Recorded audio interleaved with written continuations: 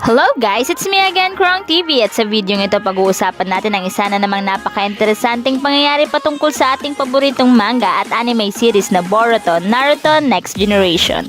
Pero bago ang lahat, huwag kalimutang mag-like, mag-subscribe, pinutin na rin ang notification bell upang lagi kang updated sa mga susunod na video. A, B, C, D 飛べちんたちんがスクラーパッパッカッカッカッカスクルパッパッパッエナパッパッパラパン好きや Sa video ito pag-uusapan natin kung bakit nga ba walang naging asawa itong si Kakashi Hatake. Sa entire Naruto series, hindi nga tayo binigo ni Kakashi, hindi niya ipinakita ang pagiging mahina. Bagkos ang ipinakita niya ay isang Kakashi na malakas, matalino at mapagkakatiwalaan. Bukod nga dyan, siya rin ay nagpakita ng galing sa pakikipaglaban at galing sa pagiging isang guro ng Team 7. Ipinakita nga din sa series kung gaano ka-independent at ang pagkakaroon ng self-confident nitong si Kakashi. Kahit na minsan ay nagpapakita siya ng pagiging arogante. Ngunit sa kabila ng mga ito, si Kakashi ay nagpakita naman ng perspective at pagiging mabilis kung saan ay mabilis nga niyang nare-realize ang sitwasyon.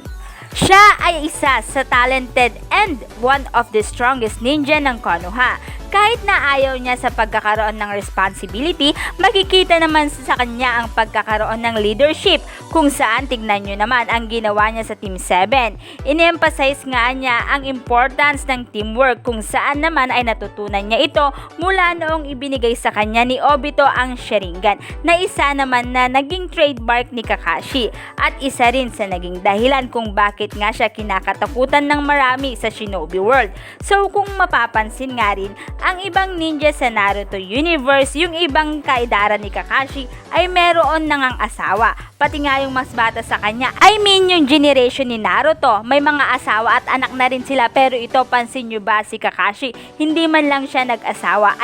Matanda na siya pero wala pa rin siyang naging asawa. Wala man lang siyang naging anak. Kaya naman sa video ito, alamin natin kung ano kaya ang maaaring naging dahilan ng hindi pagpapakasal o pag-aasawa ni Kakashi. So magsasabi nga ako ng tatlong maaaring dahilan patungkol dito.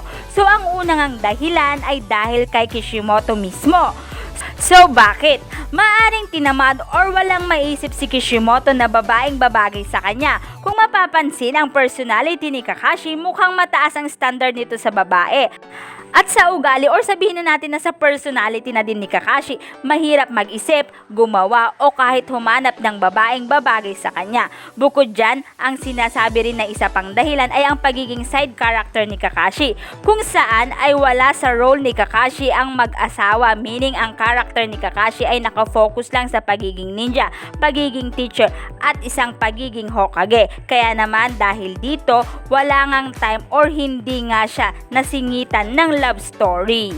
Hindi katulad ni Naruto na sa buong series ay nakafocus sa kanya, meaning maraming time kay Naruto para ipakita ang mga nangyayari sa kanya. Syempre magfo-focus talaga sa kanya dahil 'di ba, siya ang bida sa entire series, hindi tulad ni Kakashi na isa lamang side character.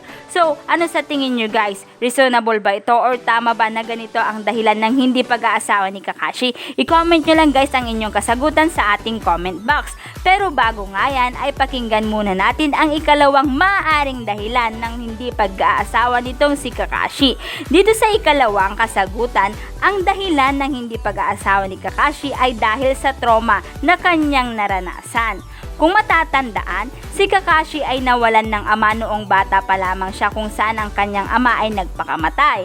Bukod dyan, wala din siyang nakagisnang ina. In short, si Kakashi ay nabuhay na ulila, walang nagpalaki at nag-iisa. Bukod nga dyan, kung matatandaan, nawalan din siya ng matalik na kaibigan. Yung una is si Obito, kung saan ay inakala nga niyang namatay itong si Obito matapos nga itong madaganan ng gumuhong mga bato. At matapos nga niyan, sa maikling panahon lamang ang lumipas ay namatay din ang isa pa nga niyang kaibigan na si Rin Nohara, kung saan namatay namatay si Rin mismo sa mga kamay nitong si Kakashi. Kahit nasabihin na natin na nagpakamatay siya, ang masakit dito ay siya ang naging instrumento ng kanyang pagkamatay. Bukod nga dyan, maaaring dumagdag pa sa trauma ni Kakashi ang pagkamatay nga ni Minato Namikaze na kanyang guro. So dahil sa mga napagdaanan ni Kakashi na pagkawala ng mga taong malapit sa kanya, maaaring nagkaroon na siya ng takot. Kaya naman dahil sa takot o trauma na ito, hindi na siya nag-asawa dahil natatakot siya na baka mawala na naman ito sa kanya. Dahil lahat ng taong malapit sa kanya ay nawawala. Meaning baka iniisip ni Kakashi na baka hindi na niya kayanin kung mawala pa sa kanya ang kanyang anak or ang kanyang magiging asawa. Kaya dahil dito, mas pinili na nga lang niyang maging single kung saan wala siyang iniisip na mamawala or mamatay. Wala siyang ibang ipagtatanggol maliban sa Konoha kundi ang kanyang sarili lamang. So yan nga ang sinasabi sa ikalawang dahilan. So sa tingin nyo guys, ito kaya ay maaaring dahilan ni Kakashi kung bakit hindi siya nakapag-asawa or pinili lang niyang hindi mag-asawa.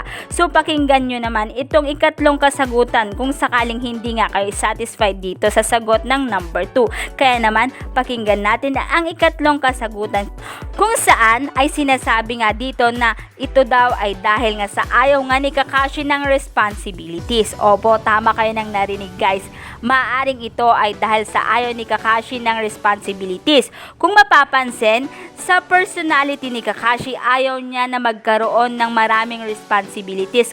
Kaya naman kung mapapansin siya ay medyo may pagkatamad. Kaya naman pagdating sa pag-aasawa o pagkakaroon ng pamilya ay inatrasan ito ni Kakashi dahil ang bagay na ito ay nagtataglay ng malaki at maraming responsibilities na alam naman natin na ayaw nitong si Kakashi na magkaroon. So yan nga guys ang ikatlong kasagutan. Ano sa tingin nyo guys? Agree ba kayo sa mga naging sagot? I-comment nyo lang ang inyong kasagutan sa ating comment box. Pero kung ako ang tatanungin, dun ako sa number 2 or number 3. Pero sa ngayon, it doesn't matter kung may asawa siya or anak dahil may maituturing naman siyang kanyang anak at kahit apo, ito ay ang Team 7 at ang mga anak nila ang magsisilbing apo niya. Kahit na wala siyang asawa, may maituturing naman siyang pamilya. Pero kahit na ganun, meron akong natatandaang babae dati na sinasabing girlfriend nga daw ni Kakashi, kung saan ito ay nakita natin during episode 191 ng Naruto Shippuden. Kung hindi ako nagkakamali siya ang sinasabing babae na nagkaroon ng interes itong si Kakashi at ito nga ay si Hanare. Si Hanare ay kunuichi na mula sa Jome Village o Land of Kiss. Siya ay nagsisilbing espiya na mula dito sa village na ito kung saan ay ipinatawag siya upang nga ay mag-infiltrate sa Land of Fire at mag-investigate sa Konoha. Pero siya ay na-captured ng Anbu at dinala nga sa honesty room upang nga i-tortured. Pero ito guys wala ngang makuhang impormasyon ang ikatlong Hokage sa kanya. Kaya naman, binasa nga ni Inoichi Yamanaka ang iniisip niya. Pero wala nga din siyang nakitang memories dito except dun sa isa. Ang nag-iisang memory na meron siya is yung memory ng pagkikita nila ng batang Kakashi noong hindi nga niya mahanap ang kanyang sariling village. Tapos yung time na magkasama na sila ni Kakashi ay aksidente nga nilang nahalikan ng isa't isa. Pero sa ngayon, ang babaeng ito ay hindi na nga nagpakita sa series. Hindi din alam kung nasaan siya o saan siya nagpunta.